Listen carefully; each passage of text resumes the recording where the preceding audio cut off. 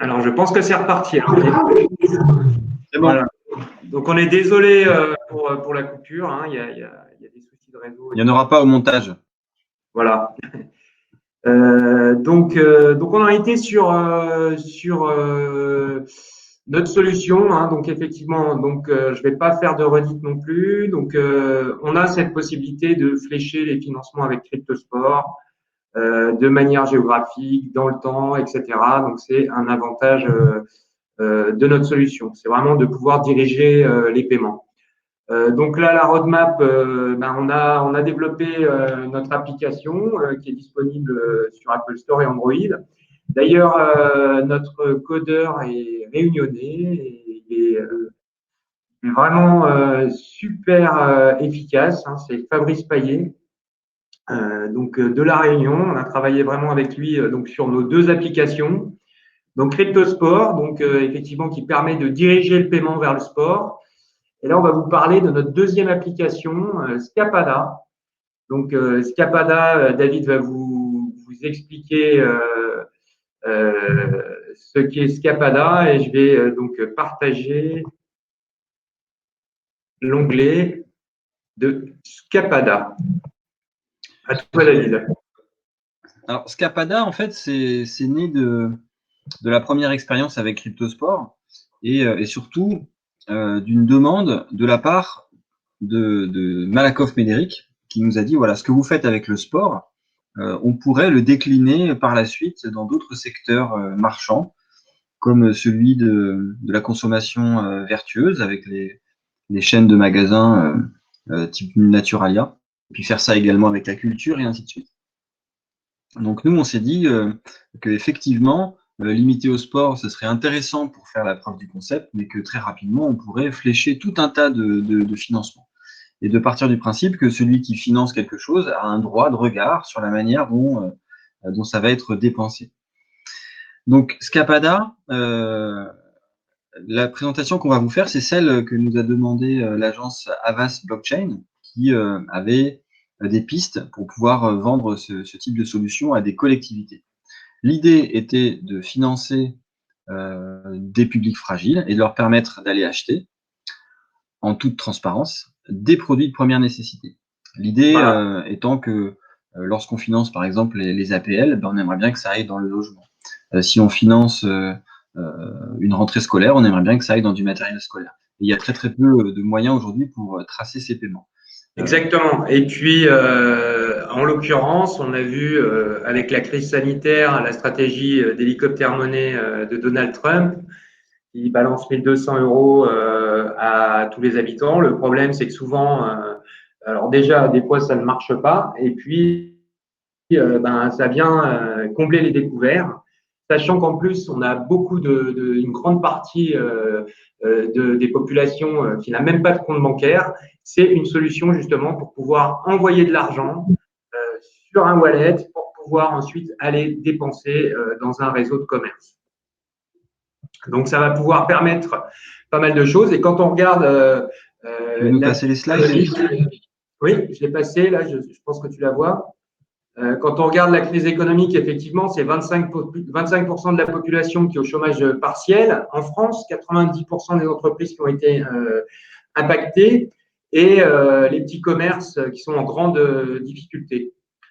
Donc, pour nous, il va falloir aider les populations, mais aussi soutenir le commerce local et l'emploi et inciter à une dépense immédiate. Donc, toujours avec cette solution de pouvoir diriger le paiement sur un territoire, vers certains commerces et s'assurer de la bonne utilisation des aides. Donc, effectivement, c'est dire, par exemple, voilà, moi, je suis maire d'une commune, je vais donner 100 euros à tous mes habitants pour qu'ils aillent dépenser dans les commerces locaux. Et pendant un temps donné, c'est-à-dire pendant la crise, pendant 3 mois, pendant 6 mois, voilà. Ça évite notamment le phénomène de thésaurisation des aides qui arrive souvent avec les chèques de la CAF et tout ce genre d'aide. Donc, les gens ne vont pas forcément dépenser, ça ne va pas forcément profiter à ceux qui en ont vraiment besoin. Donc là, avec Cryptosport, je vais pouvoir envoyer 100 euros aux habitants. Ils vont pouvoir aller dépenser chez le boucher, chez le boulanger, à la petite épicerie locale. Ils ont, par exemple, 3 mois pour le faire et ça va permettre justement de relancer l'économie locale et donc d'éviter les faillites, etc., etc., tous les problèmes qui viennent avec cette crise. Donc, l'argent est toujours distribué. Donc, c'est pareil, Scapada, c'est une application qui est disponible sur Apple Store et sur Android. Donc, on distribue très simplement l'argent via le portefeuille numérique. Ça marche toujours de la même manière, comme avec Cryptosport. On rentre un numéro de téléphone et on est crédité d'une somme qu'on va pouvoir, par exemple, utiliser pour les produits de première nécessité. Et ça va permettre de pouvoir soutenir le pouvoir d'achat, d'éviter les faillites et de maintenir les achats. Donc, c'est un outil qui est principalement à destination des collectivités, donc pour distribuer des bons d'achat avec l'application. Et donc, le commerce, lui, a un outil qui permet de vérifier les transactions en temps réel. Il suffit d'avoir une connexion Internet. On va pouvoir vérifier dès qu'un paiement est fait, même sur un smartphone, les transactions en temps réel, un peu comme avec un explorateur blockchain, exactement de la même manière. Donc, comment ça fonctionne? Donc, la collectivité, elle identifie les publics et elle détermine les conditions de son offre. Donc, voilà, moi, je vais offrir, par exemple, à tous mes habitants 100 euros valables dans les commerces de proximité. Nous, on va distribuer les montants vers le smartphone des bénéficiaires et ils vont pouvoir aller régler leurs achats sans contact et au centime près chez les commerçants. Dans la démarche, c'est vrai que si on recadre un peu sur la dynamique blockchain, nous, ce qu'on trouvait intéressant, aussi bien dans le sport que dans tout type d'autres financements, c'est d'être capable en fait de fournir un rapport qui soit incontestable, aussi bien pour la partie qui va financer l'opération que pour celle qui va recevoir les fonds. Et donc, au travers ce token stable qu'on a mis en place, qui aujourd'hui est centralisé, mais qu'on vise à décentraliser demain, c'est d'avoir une transparence totale. Et c'est ça qu'on a trouvé vraiment pertinent, de pouvoir offrir cette transparence à travers la blockchain. Exactement. Donc, l'avantage pour une collectivité qui va rentrer dans le système Scapada, c'est de donner du pouvoir d'achat aux citoyens, de redistribuer. On a payé des impôts pendant des années et des années. Là, c'est peut-être le moment de redistribuer vers les citoyens, tout en soutenant les commerces locaux, ce qui va permettre, voilà, vraiment de maintenir les emplois sur le territoire et d'empêcher la thésaurisation des aides. Donc, Scapada, on le définit comme le portefeuille numérique anti-crise. Et donc, notre initiative, elle est soutenue par Inidia en Corse. Inidia, c'est l'incubateur de start-up Corse. On est aussi incubé au tremplin, comme on l'expliquait tout à l'heure, c'est l'incubateur des projets sport et par BPI. Voilà, donc toutes les personnes qui souhaitent avoir des infos sur Scapada peuvent nous envoyer un email à contact@scapada.com et pour Cryptosport, c'est contact@cryptosport.io. Voilà. Donc voilà pour la présentation de Scapada. David, si tu veux rajouter peut-être quelque chose derrière. Ouais, l'idée c'est ça, c'est vraiment de présenter un outil qui puisse être mis à la disposition également de toutes les autres démarches. C'est-à-dire que nous, demain, dès qu'on aura fait suffisamment de volume et que le produit sera fonctionnel et scalable, on aimerait également que d'autres initiatives s'en emparent et puissent utiliser nos API pour pouvoir inventer des nouveaux moyens de financer des choses dont aujourd'hui on n'a pas l'idée encore. On vise vraiment à être un outil extrêmement scalable pour permettre le financement en toute transparence entre un financeur et un bénéficiaire et de soutenir une économie, d'arriver à être vraiment partie prenante pour cette relance économique parce qu'on sait très bien qu'aujourd'hui on a besoin de relancer la consommation. On voit dans tout secteur d'activité c'est vraiment le leitmotiv, c'est d'essayer de relancer la consommation, distribuer de l'argent de manière intelligente, soit avec le cashback ou soit par des subventions. pour relancer l'économie. Donc, on espère que ce message sera entendu de par le monde grâce à ce summit, et puis qu'on puisse aller encore plus loin avec notre concept. Voilà. Donc, on remercie Marc Agouni de nous avoir permis de nous exprimer à travers cet event.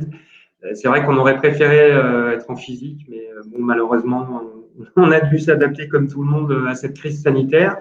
Donc, nous, notre entreprise, elle est basée sur Paris, mais on est physiquement sur la Corse, donc une île aussi, qui nous permet d'expérimenter pas mal de choses, puisque c'est une île qui est moderne, qui est innovante et qui soutient tous les projets qui sortent un petit peu de l'ordinaire, hein, puisque que ce soit la blockchain, l'intelligence artificielle ou l'innovation, c'est vraiment des projets et des domaines qui ont besoin d'être soutenus à travers toutes les collectivités. C'est vrai que là-dessus, la collectivité territoriale de Corse est vraiment partie prenante, moderne, et nous a permis d'aller jusque-là.